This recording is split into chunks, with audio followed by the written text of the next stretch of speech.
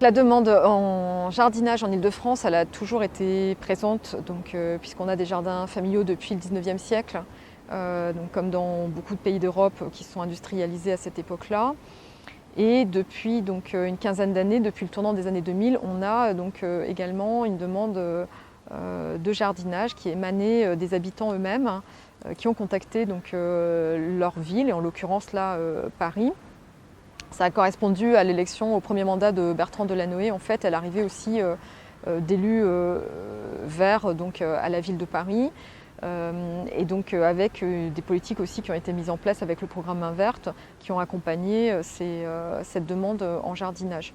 Donc cette demande, elle émanait de personnes qui ne savaient pas forcément jardiner, mais qui avaient envie justement d'avoir un autre rapport à leur quartier, en ayant la possibilité de rencontrer leurs voisins, tout en embellissant leur cadre de vie, de pouvoir avoir des activités avec leurs enfants, des activités de loisirs, de proximité, et un lien avec le vivant, un lien avec des plantes, un lien avec des insectes, avec des oiseaux, une sorte d'utopie de la ville. À l'heure de la biodiversité, où on a commencé à se préoccuper de ces questions de biodiversité à l'échelle internationale. Donc une ville qui serait moins polluée, qui serait plus agréable à vivre et où il y aurait plus grande diversité d'espèces. C'est souvent comme ça aussi que c'était perçu.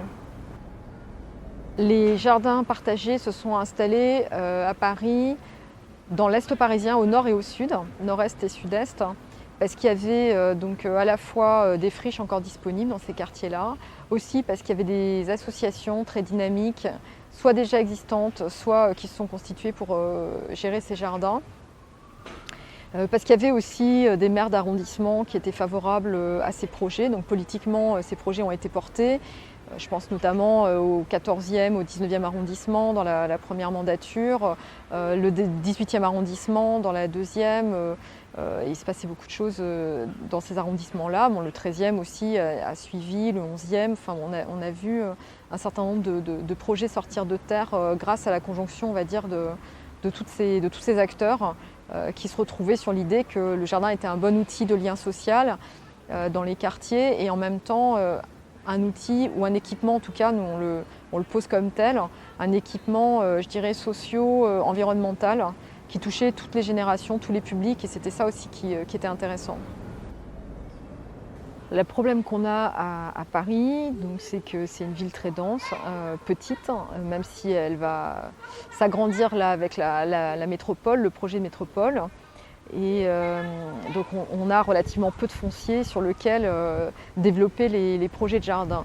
Donc une partie de ces jardins sont pérennes parce qu'ils se trouvent dans des parcs publics. Une partie se trouve sur du foncier des organismes HLM. Donc ça les pérennise aussi. Mais un certain nombre de jardins sont sur des terrains qui ont vocation à être construits, qui ont vocation à être urbanisés. Et donc autant pendant des années on a vu des terrains rester avec des palissades pendant 10 ans, 15 ans, autant là on assiste à une intensification de l'utilisation de ces friches, c'est-à-dire que les terrains restent en friche beaucoup moins longtemps. On refait la ville sur elle-même, c'est ce qu'on appelle la régénération de la ville, et ça correspond aussi au modèle de la ville dense, donc qui se refait sur elle-même et qui monte en hauteur par exemple. C'est une des pistes de la densification urbaine. Plutôt que de s'étaler au détriment des terres agricoles qui se trouvent en périurbain. Donc, ce qui est aussi des vertus, mais ce qui pose un certain nombre de problèmes dans l'opérationnalité, parce qu'un certain nombre d'opérations de densification se font dans des quartiers qui sont déjà très denses et très carencés en espaces verts. Et donc ça ne fait que renforcer en fait ce carencement, et ça se fait au détriment du cadre de vie. C'est un exercice entre guillemets citoyen que je trouve très intéressant, d'essayer de réfléchir à la façon dont on peut articuler les initiatives citoyennes et les moyens des villes, et également comment on peut tous ensemble définir des ambitions pour un territoire du point de vue justement du cadre de vie, de l'éducation à l'environnement, du lien social, de la réponse à des enjeux comme ceux de la préservation de la biodiversité en milieu urbain ou de l'adaptation des villes au changement climatique, et comment est-ce qu'on peut adapter l'action publique et prévoir des dispositifs spécifiques qui aident les projets à se mettre en place, aide à leur financement, aide à leur pérennisation, rendent des services au territoire pour un coût qui soit un coût en termes de ligne budgétaire, je dirais pour les villes, qui ne soit pas un coût trop important.